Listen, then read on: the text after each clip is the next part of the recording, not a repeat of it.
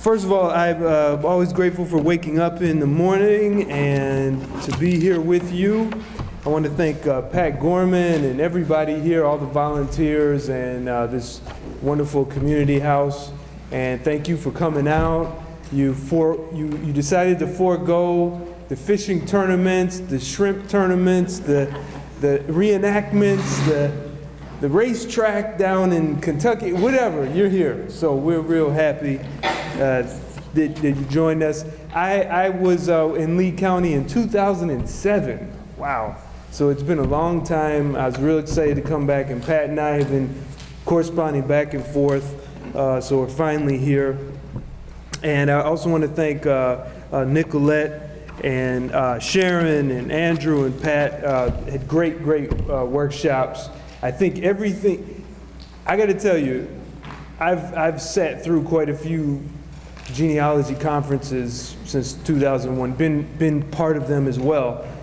And what you got today was very high quality information. All right? I mean, you're talking on national level type speakers here, and definitely everything they were talking about, I've been talking about, but they go into it even deeper. And the references that they gave you, please use those references. The information they gave you is very valuable, all right? Anyways, now we're not here for me to talk about what they did, but I had to give them credit. We're here to talk about digital organization for photos and documents, or we could call it many other titles. Basically, this is all about describing our photos and documents using keywords and descriptions. And I'm going to show you how easy it is. First of all, quick raise of hands. How many of you use a program called Adobe Photoshop Elements? Raise your hand. All right. Could you raise it a little higher? All right. How many of you use something called AC/DC? All right. What's that? Oh, the rock AC/DC. Okay. How many of y'all use any like Paint Shop Pro by Corel? Paint Shop Pro, got another one. How many of you use a photo editing program that you know what it's called, but it's not anything I mentioned? Okay, real quick, what is it? GIMP, great. I use a Kodak one. A Kodak, generic Kodak, yeah? Whatever it is? Yeah, Kodak. Uh-huh. Anybody else? Name some other? Photoshop, great, all right. So pretty much everything I'm going to cover, those programs will cover it. I can't talk about that Kodak program though. I'm not familiar, I'd have to see it.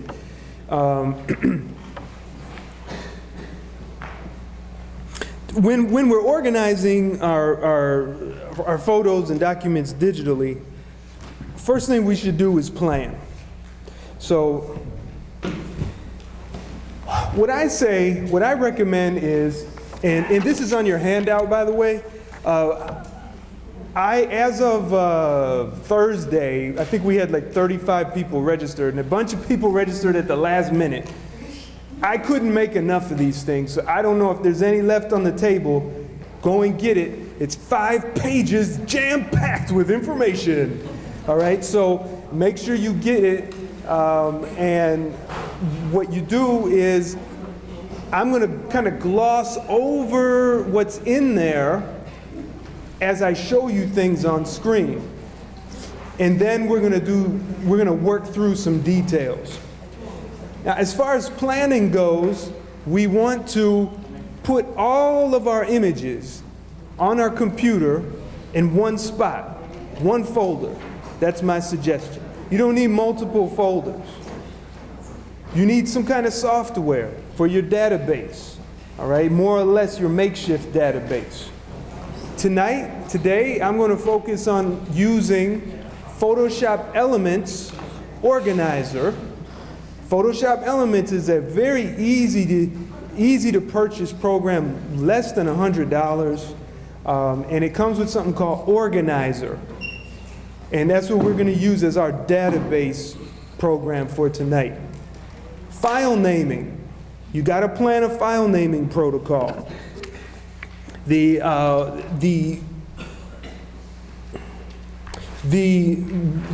main thing is your file naming should be real simple. Doesn't have to be complex. The reason why is because you're going to put all the details typing in as keywords and description in the so-called metadata. All right? File name is irrelevant if you're searching and you have this information embedded into the file. So our documents, our photos, go into one folder. That folder resides on our computer, on our hard drive. Hopefully we're backing up our hard drive on a daily basis. The file naming protocol on the first page, I outline that, and I recommend leading year with month and date. So for today's scans, I'm going to go 2015 0502 dash, and I'll give it a slug. It'll be the Anderson family, for example. All right? And you'll say, well, I don't know what date the photo was. No, that's not what I'm talking about. I'm just talking about dating when you scanned it. All right? And then things will start to line up, because all that dating stuff, you're going to put that in next. So the programs that are, how can I say, comprehensive as far as getting your pictures organized, I recommend number one, Adobe Photoshop Elements, very inexpensive. Then we have Adobe Photoshop. Now Adobe has now got some kind of scheme where they're making people rent the software. So if you want Adobe Photoshop with Bridge, the latest version, you're going to have to pay Adobe a tribute, a tax, a fee every month to use the program. So that's why I'm sending people to Adobe Photoshop Elements, where you buy the program outright and you have it. Now, Extensive's portfolio, they've been phasing out their individual programs, but you can still get it. It's extremely expensive, but I got to tell you, if you're an organization that has $1,000, it's a really good program to get. So what is the difference between a document and a photo? How am I classifying these things? And this is important when it comes to organizing them. For me, I have a rule of thumb it's a photo if there's any text in it. For example, if you have a photo in a document, how can I say?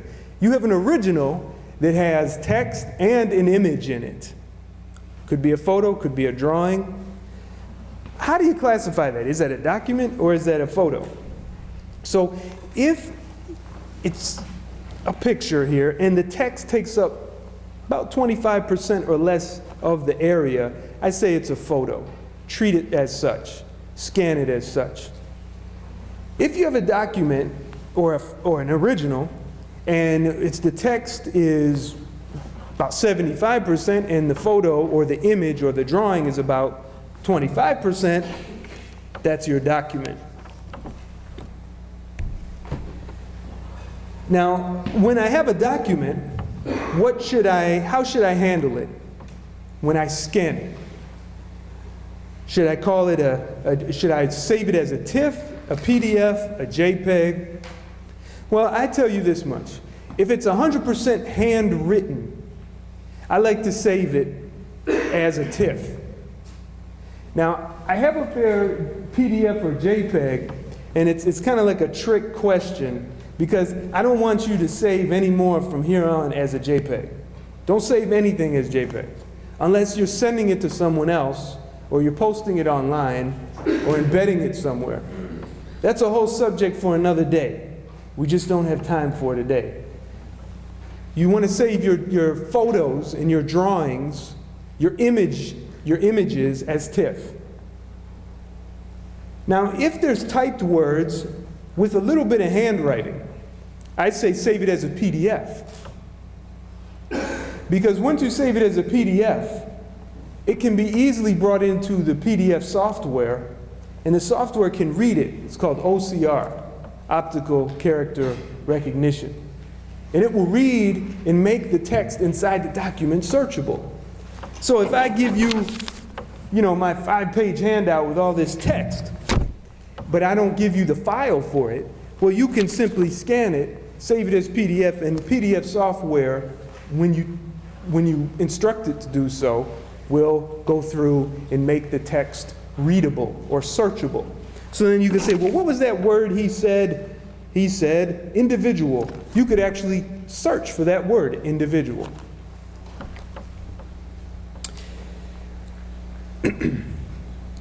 So again, I just want to make sure you're clear that when you have a handwritten document, treat it like a photo. All right? If it's artwork, anything like that, where it's ink, scan it and save it as a TIFF. So we'll get into details with the file naming protocol. That sounds really fancy, but it's actually important. It's really, I'd like you to be orderly with your files and get into good file naming habits. So my suggestion is, there's many ways to do this. This is just my suggestion: is sort your images out, general groups by date, type of image, or the collection. You could do the family name, if you know, that type of thing. Sort them out like that way. Then use the date of your scanning session. And after that year, month, date, prefix, actually we want to have another number, a 3 or 4 digit serial number starting with 0. And interestingly, many of your scanning programs, especially Epson, which I highly recommend, especially for genealogists, I highly recommend using Epson scanners for scanning your photos and your documents.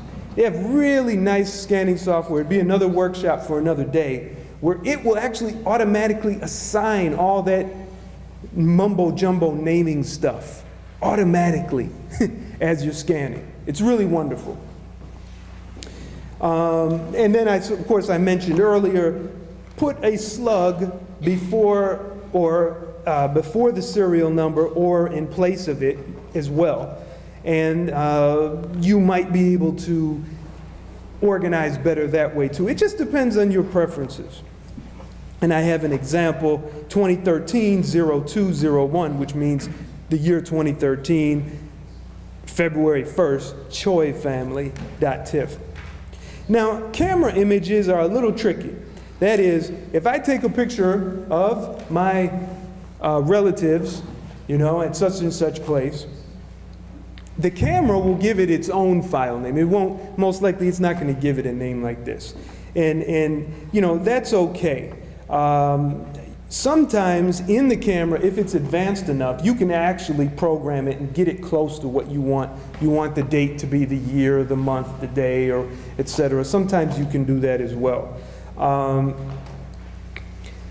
I say when you're dealing with the camera settings, just leave it alone, because it's just some kind of thing you can mess up. And what happened? Now it doesn't work anymore, So I just kind of I just don't want to deal with it. Again, we're not going to worry about file names too much, especially coming out of the camera. So scanning would be the next step, or importing it from the digital camera, or from a thumb drive. Someone gives you their own scans. All right, again, getting them together, the originals. It's best not to just take a whole box and just start scanning it. It's best to take your whole box and make an inventory. All right, and that's what I said. Some people call me, oh, I just inherited a box full of photos from a relative. How much are you going to charge me to work on it? I said, whoa, you don't want to just give me pictures to work on. You should organize them first and decide what needs to be worked on, because most likely you can just scan most of them or all of them. You can organize them by what they are, if they're a print, if it's film, an Ambro type, tin type, etc. dimensions. Here at the museum, they just went in and decided we're going to go by 8 by 10, then the next size smaller, and the next size smaller. Again, the source, who gave you these? You know, Aunt Judy's collection, etc. And then, of course, there's the no process, which I kind of like. And it's just one big box called to be scanned, one box that says scan complete. So I take, every time I scan, I put one and put it in the other. So, you know, it happens. And you gotta, and let me tell you this, man, let me tell you one other thing, is you have to budget your time, because you're gonna get so stressed out and bored at sometimes and overwhelmed. It's just on the weekend, take 10 minutes. Just 10 minutes every Saturday or every Sunday at a certain time of day, and just scan pictures. That's it. Just scan them in, you know. And eventually you'll be done with your collection. I think so. Eventually. I said eventually, and hopefully you're going to be teaching, you know, another person from the next generation what you're doing, so in case you don't wake up, they can take over for you. That's how I do it with my children. They got to do this stuff. Now, when on my website, you go to, on the handout, it says my website, photographics.pro, there's a section called Learn Photo Retouching. Okay, you click on that, and you can watch all kinds of videos that I've made that are free. I got videos that you can buy. I got books, all kinds of things to teach you about scanning, color correcting, and all that good stuff. Or you can just tell Pat Gorman, hey, next year, bring that Eric back. He got to tell us more stuff. All right.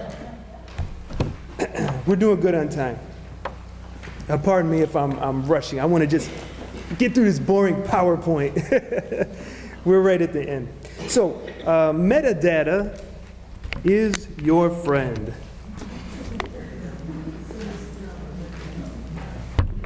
All right. So,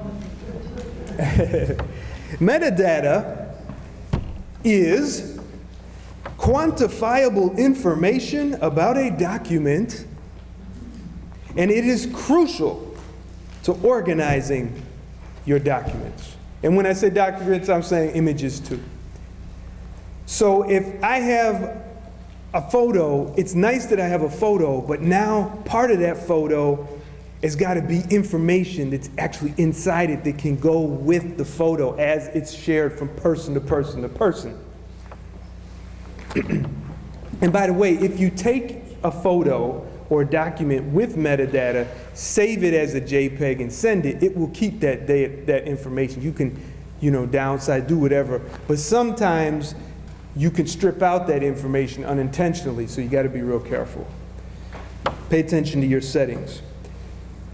Now, as I will explain, it's best to keep your metadata objective, or, excuse me, I'm burping this great Thai food, okay? Pardon me, this is very rude. It's a real nice little Thai restaurant down the street. I was quite impressed. But you want to keep it factual. And this will make finding the images so much easier. And by the way, there's so many fields of metadata in files. You just wouldn't believe it. You don't need all those. We'll get into that. All right. Let me just quick, any questions? Any questions about what I just said, or?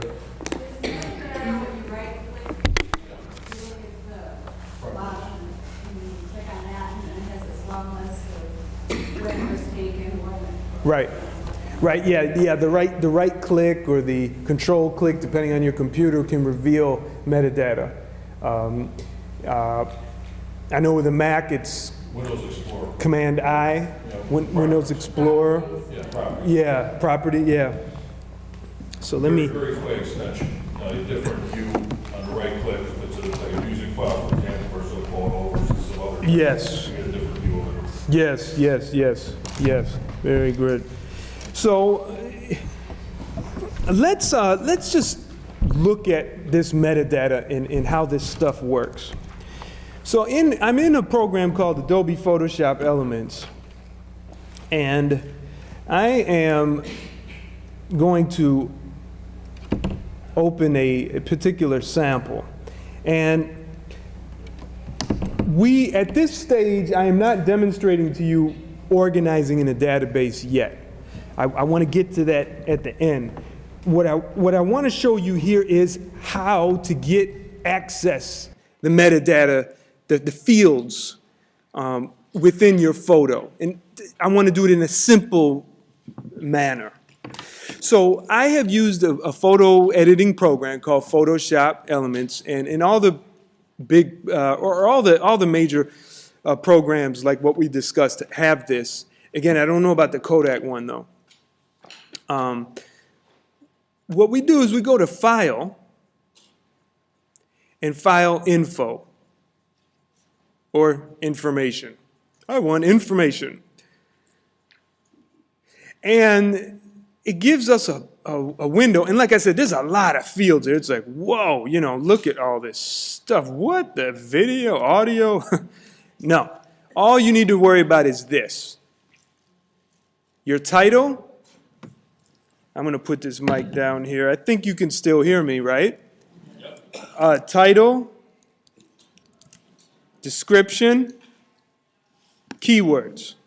Now, in Photoshop Elements, the versions before 11, right now they're at 13, accessing the title field is kind of difficult, but I want to cover it anyways. Generally, the program that you're using will assign the file name to title by default. I just want to go over this. The description is very important. And the keywords are the most important. So the title, as you see, is Child and Man on Boat. And again, I want to emphasize being general. Now, if you know who these people are, where they are, and what they're doing, that's fine. But you want to keep this title kind of short.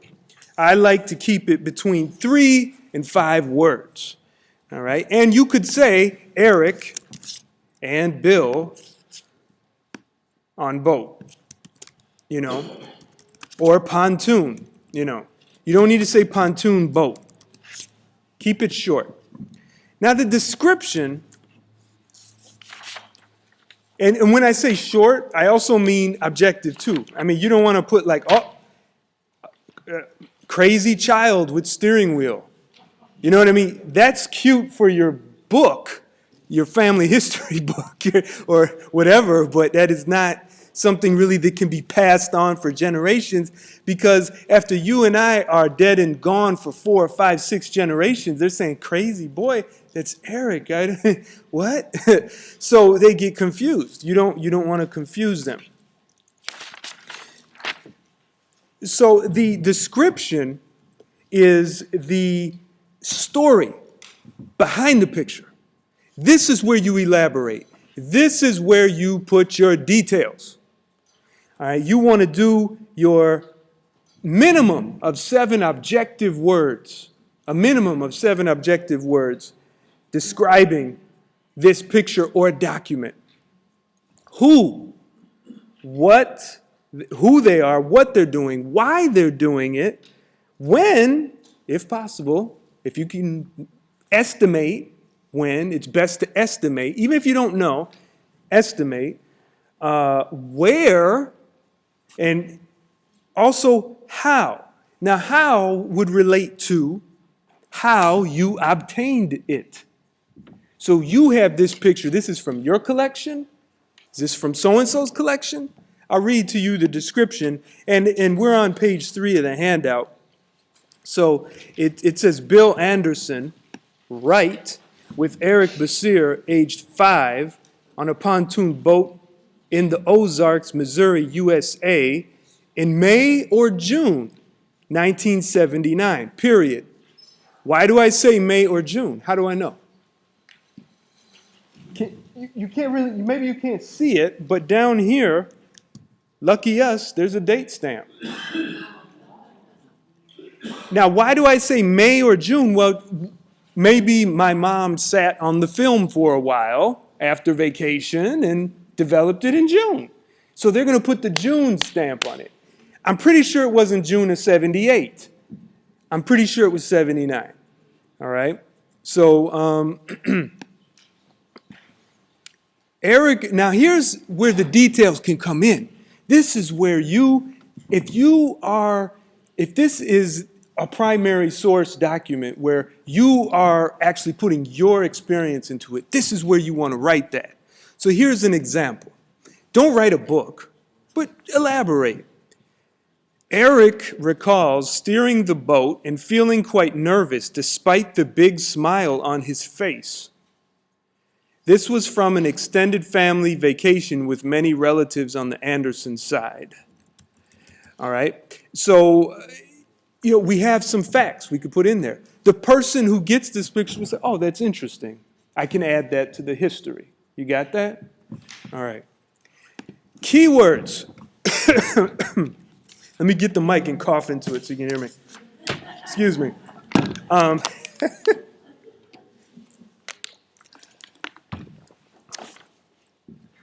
Keywords. Now, just like your photos, you want objective keywords.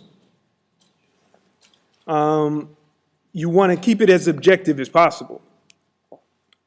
And you want to make it brief. So here we go. 1970s, 1979, 1980s. 2, the number 2 as in what? What does 2 mean? 2 people. Because what if someone said, there's a picture of 2 people in a boat in your family archives, right? Well, this picture will pop up, maybe another picture will pop up, but at least you'll get close. Okay, adult. Why does it say adult? There's an adult in the picture, exactly. It's not the contents, or this is adult-only contents, mature contents. America. America? Why would I put that? Are you putting commas? Yeah, I'm sorry. Let me zoom in. And in the handout, you'll see it. Can you see those? Those are actually semicolons. But generally, don't let that trip you up. Generally, all these searching algorithms and all over the internet and whatever, it's comma, semicolon, they don't care. Sometimes it's a space, but that's pretty antiquated now. So it's generally commas and semicolons. Does it automatically alphabetize it for you? Depending on how you do it, if you type it in manually, no. And if you use a program like Adobe Photoshop Elements Organizer or Bridge or others, it automatically does it for you. Yeah. Okay, then I put the names. Basir, Anderson, Bill, boy, child. Here's another key ingredient. Curly hair. Yes, he has curly hair. All right. I know because it was me. But, this is crucial. When you have families of, different ethnicities mixed in, people want to, who was that curly-headed boy? Well, Judy's son. What was his name? They type in curly hair. You got to think like this because someone might need that picture. Driving. Okay, Eric family. I misspelled Eric because a lot of times E-R-I-C, E-R-I-C-K. All right, I threw that in there. Judy Bond collection.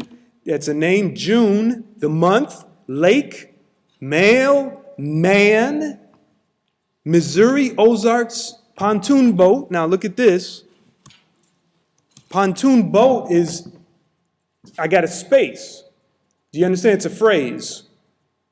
You understand? It's not pontoon and boat, but it could be if I want it, and that's fine. But it's good to have the phrase in there too, because if someone searches pontoon boat, and maybe they won't get it if it's just pontoon or boat, or they'll get too many pontoon boats. Steering wheel. Summer. Sunglasses. Why do I say that? Oh, he's got sunglasses. See? USA, vacation, water, young. There you go. All right. So that's an example of a photo and how I would plug in my keywords. What makes a good scan? What is a selection? What are layers? What is resolution? What is a JPEG? What is TIFF? What is RGB? How do I crop a picture? What is a zoom tool? What is a clone stamp? What are levels?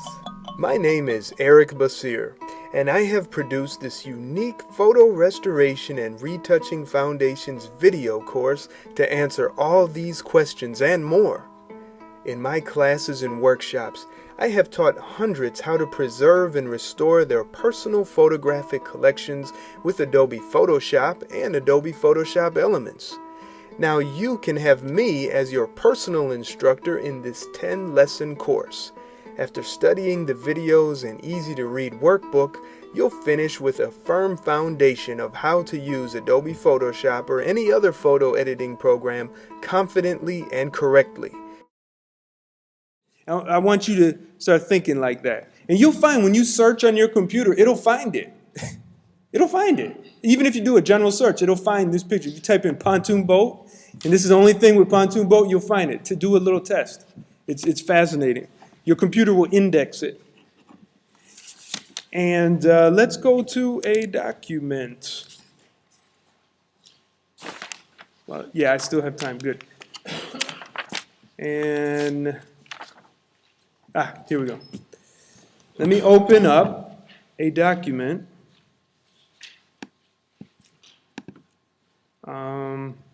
Here it is.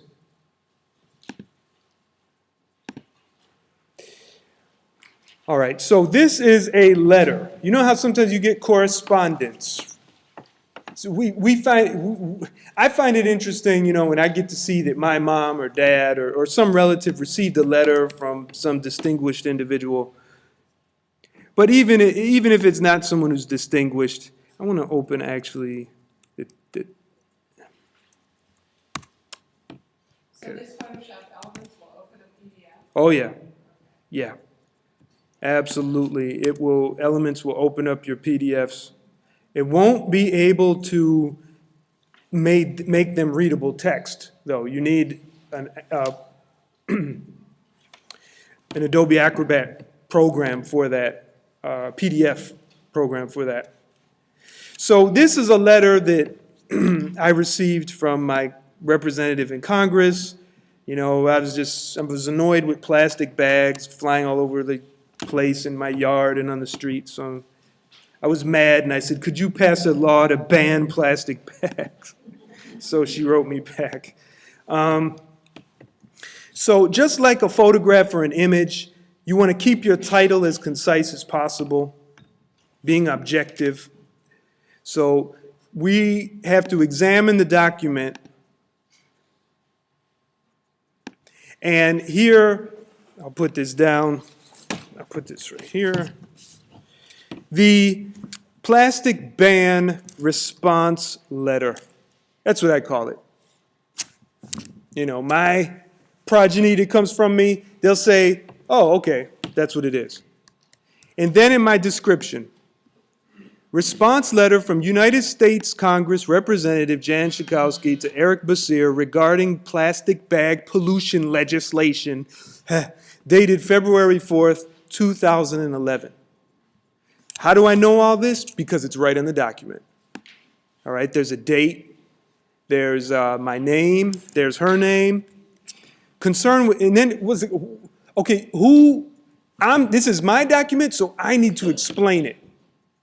If this is someone else's letter, I need to talk to them, if I can, and tell them, could you please explain this to me? And I'm going to type it. And here's what I explained to myself.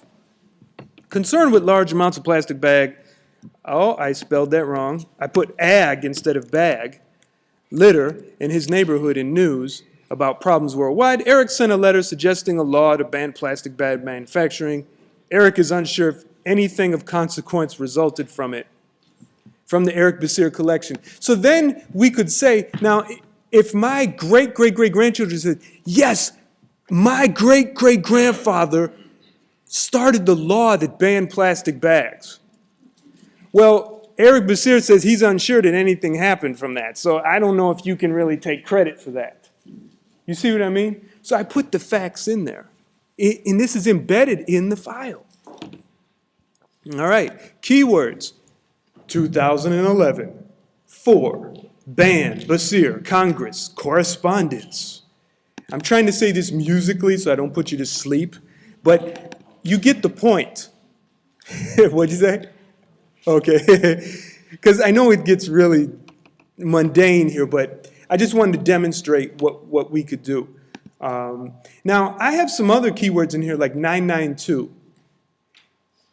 992 is my P.O. box number. I don't know. Maybe someone will want to search what is 992 for Eric. I don't know. You know, and they'll want to, when I'm dead and gone, they'll go to the Evanston post office and say, wow, that was his P.O. box. That's really cool. Here, take a picture of, let me do a selfie in front of my great-great-grandfather's P.O. box. You never know. You know, this is a great way to leave a fun legacy for your progeny, all right? Okay, so, all right. Any questions? Yes, please. So this is a PDF document. Mm-hmm. And you open it as No, this is actually a TIFF. I opened this as a TIFF. If I did it as a PDF, the same rules can apply. So it would say metadata to a PDF. Yeah, yeah. What would it do to the optical? It would probably, I believe it would get rid of the optical character recognition though. You know, to make it searchable, it would probably remove that. Can you add metadata through Acrobat? So yeah, so what we could do, we could open it in a PDF reader like Adobe Acrobat and go to File Info or Properties and enter it that way. And I do that on occasion. Generally, I work in Adobe Bridge. Excuse me, I do it all. God, this is terrible. I'm like burping all over the place. I'm really sorry. But yes. Bridge does it for all. Yeah, Bridge will do it for your QuickTime movies as well. You know, so if you're doing interviews and stuff and making QuickTime movies, it's really nice. And same with Organizer for elements. And music. Yes? Adobe Acrobat files have metadata tags also. They have metadata fields. You still have The to... document is that it's a photograph. That's what kind of made me think of it. Because then you have all these PDFs Mhm. that you're trying to organize also, and you do it in a similar way. Yes. Do apply your tags just like you would with photos in your PDFs. Okay? Because we have a lot of PDFs. Yeah, you have a lot of PDFs in it, and it'd be good if you could group some of them, like if you knew that these were documents from, let's say, just dealing with the Reagan home. You know, right away you select all of them, do the keyword Ronald Reagan Boyhood Home. Right. And then boom, it would put them all in there automatically. And that's what I'm about to show you now. All right, any other questions? Now, everything I'm telling you is in the handout. Now, if for some reason you don't have the handout, like there's not enough copies, probably, all you have to do is contact me, and I will send it to you, and no problem, okay? And I won't charge you. Just tell me you came from here.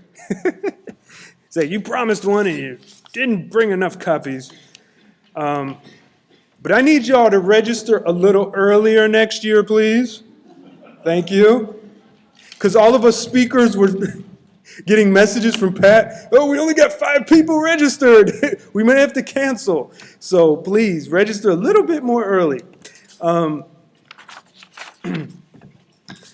So let's get Photoshop Organizer open.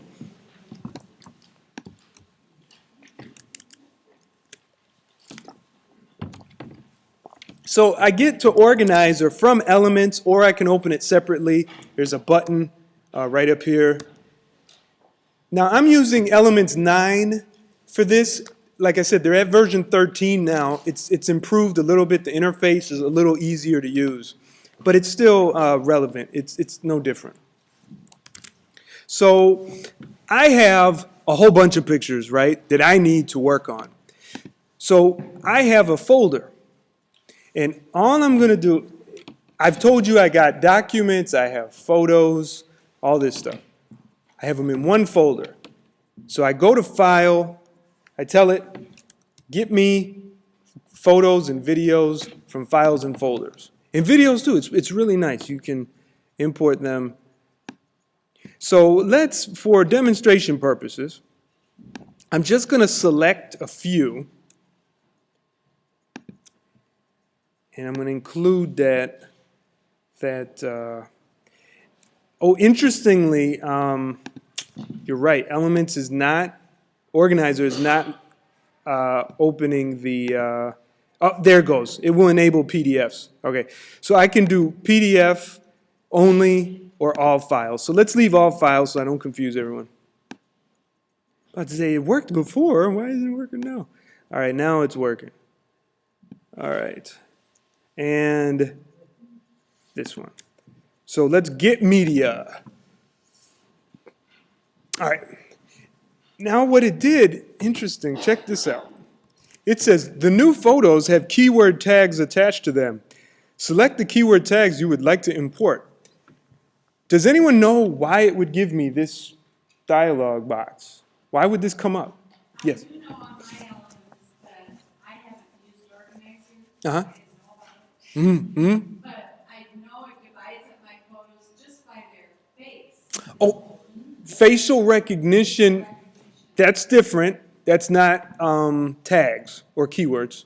But it's part of importing, and it's kind of neat to use. I'm not an expert on that. I'm just kind of like, I'm just a ordinary keyword fella.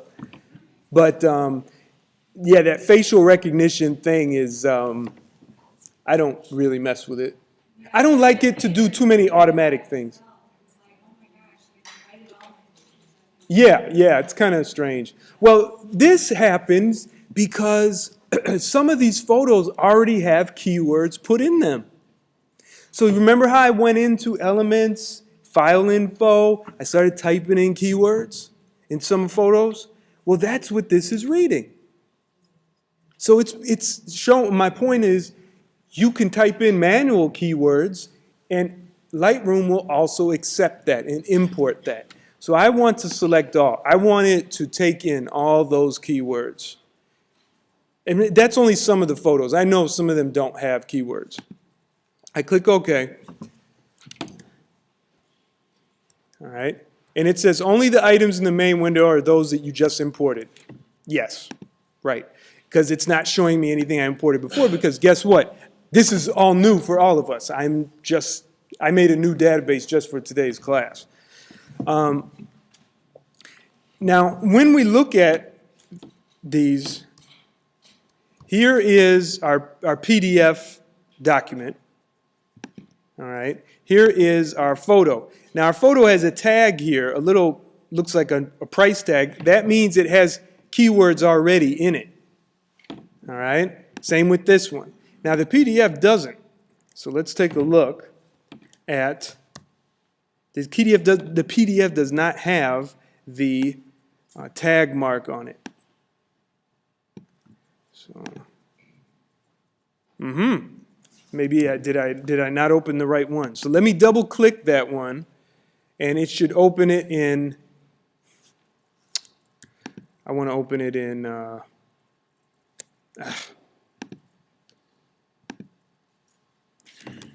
I want to open it with Elements.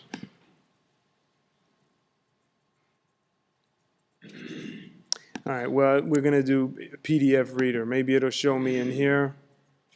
All right, we'll get to you later. Let's deal with the photo for now.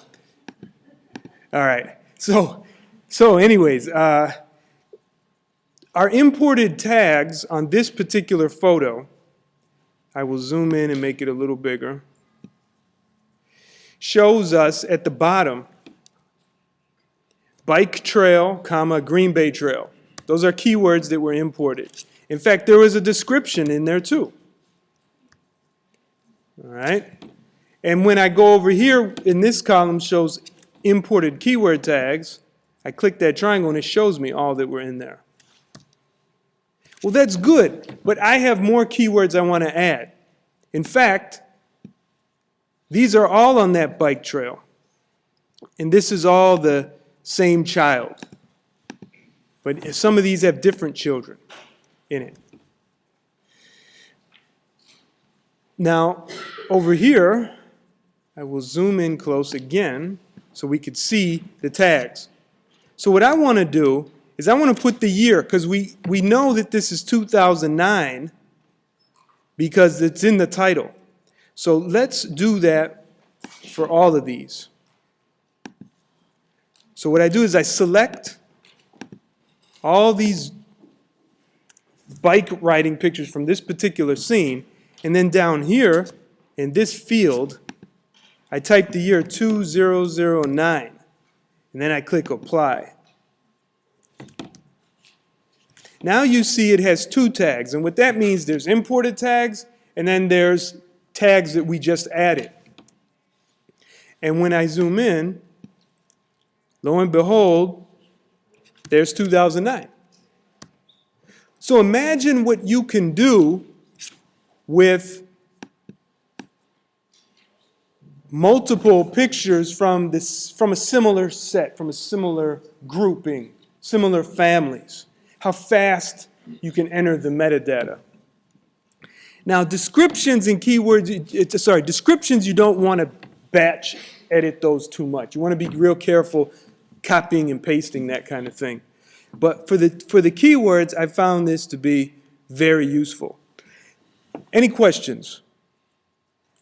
Let's go, yeah. Can you take the metadata from, say, one of the photos and apply it to PDF? So can I take the metadata that's in the photos and apply it to the PDF? Yes, I can.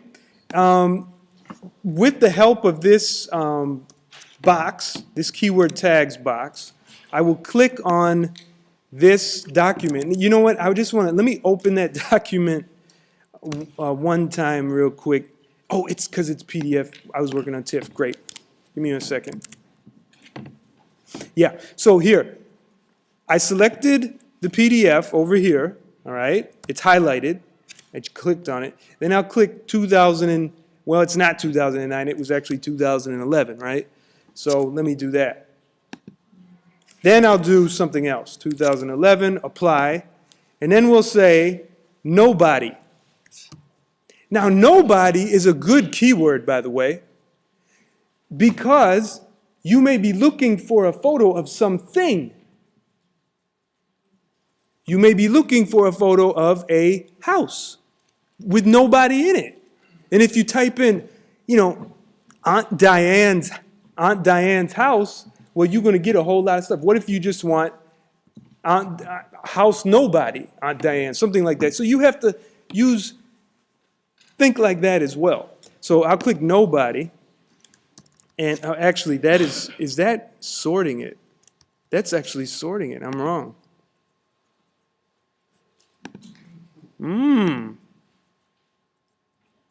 That's sorting it. Ooh, I'm wrong. I'm sorry. From what I can tell, no is the answer to your question. No, I cannot take these tags and hope that they go over, but I can drag, so I can take it like this. Let me drag nobody in here, and then when I go here to zoom in, it should show up. Yeah, 2011 and nobody. All right. So that thing is for that clicking it is for sorting. My mistake. Obviously, I don't use this enough, but if all else fails, click and drag. Oh, silly me. I was like preparing. You can't prepare, it seems, for everything. Any other questions? It's 3:52. I think I'm doing good. Great. So I'm not trying to end early. I'm trying to end so that we can really deal with some problems. Yes? I just have a question. Yes. If you look back 20 years ago, we had the floppy disks that were like 6 inches, and then we went to the 3 floppy disks, and then we had zip lining. Where do you foresee in the next 100 years, how are we going to keep saving this as, you know, Yeah. you know, how do we save Yeah. all that we do and like in 15 years now, Yeah. it's gone to something else? Well, first of all, you're showing your age. And you're making me feel very old. Because you said 20 years ago, we had 6-inch floppies. No, we had 3-inch floppies. 30 years ago, we had 6-inch floppies. I feel really old because I was sitting there plugging in on my Commodore 64, 6-inch floppies. Okay, no. The answer to your question is, how do we migrate information, right?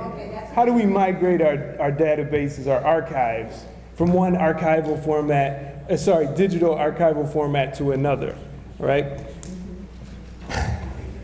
The key is keep it going. Keep it going, but stick with the basics. Floppies and hard drives are what's called magnetic media. They are unstable by nature. There are ambient magnetic fields on our planet that will eventually cause all of those things to fall apart digitally. So you remember back in the 80s, they had laser disc movies. You know, like all the rich kids had that at their house. We had to go to the movie theater or go to their house. So, so that's because it's optical, it's laser. And some of those discs are still good today, those movies. They're better than the VHS tapes. So your CDs, your CDs and your DVDs, keep them out of sunlight. Keep them in 50% or less humidity. Your DVDs and your CDs, what I call the DVD-R and the gold DVDs, these so far are holding up very well as archival storage for your information, being transferable. There is, of course, the cloud. You know, and you've seen that advertisement on TV that this man is putting all his junk in a balloon and it's in the sky and he's like, we're storing all our information, all our stuff in the cloud. It's a storage company. You know, they're mixing up what I'm storing. I'm trying about storing data on the cloud. That is another method of backup. The other thing is flash media, which are those those USB drives, what's called solid state drives. You gotta have your archives in multiple locations, at least 2. So when I archive my business and personal, I make 2 copies. So, you know, to get everything off my hard drive, I make 2 copies. I keep one, and the other copy goes to my mom's house. So if my house burns or gets flooded or whatever, she's got something. Now, if both of us, I don't know, the tornado comes through the entire neighborhood, we're just through. So I tried everyone, I have sent to my sister in North Carolina, so it's good to do that. Hard copies are also tried and true. Hard copies of your photos, you know? And we talked about the albumin prints that was told to you today about how tricky they are and how the highlights you lose shadow detail or mid-tone detail and highlights get muddied up, all of that stuff. Display the copies. Make a copy, display the copy, put the original in a safe place. Also, you need a daily backup. There should be some kind of hard drive connected to your computer that's backing everything up once a day on a regular basis. That's a backup, not an archive. Archive is where you take it off of the computer and it's not magnetic.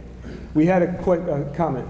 Well, there's been talk over the years, you can't use JPEG because in 100 years, maybe nobody will be able to read it. And they TIFF will and all this stuff. And what I wanted to say was the technology we preserve our collections, whether it's a hard drive or a cloud or whatever, it's not the technology. It's not like putting your car on autopilot and letting it drive. We have to be responsible. If we scan 5,000 photos into a collection and do all this metadata data stuff, and then we just say, well, it's safe, we walk away, we're not doing our stewardship. We have to make sure that as the technology changes, that we migrate our collections into the newer technology to keep it safe. You just can't put it on the shelf for 20 years and come back and say, I want to look at this. In 20 years, the technology has grown old, and you can't access it. So it's our stewardship, after doing everything else, to preserve the data, to keep it moving from one type of data, storage to another, so that it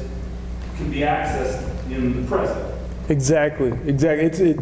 We have to be responsible, and because you're working upstairs on the archives, right? So, you understand what you're talking about, and migrating this information, keeping it going is hard.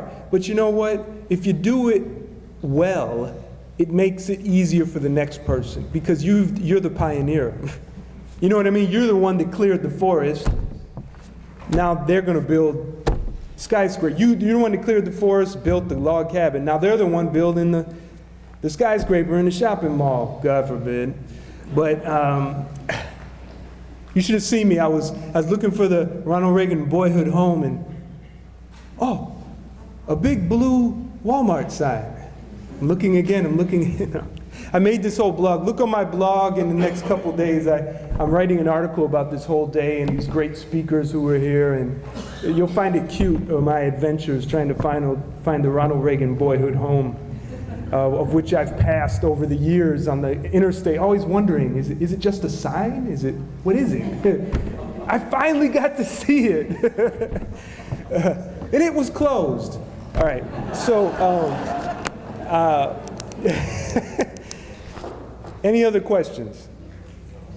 All right, so I gave you a lot of information, and the others who came before me have made your cup runneth over.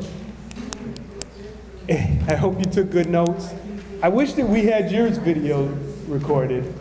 You should bring cameras. You should get a camcorder and set up whenever you speak. Seriously, put it on YouTube and forget about it. Because what you all know, a lot of people need to know that. And I need to send them to you. It'd be easy if I had a link, Anyways, thank you.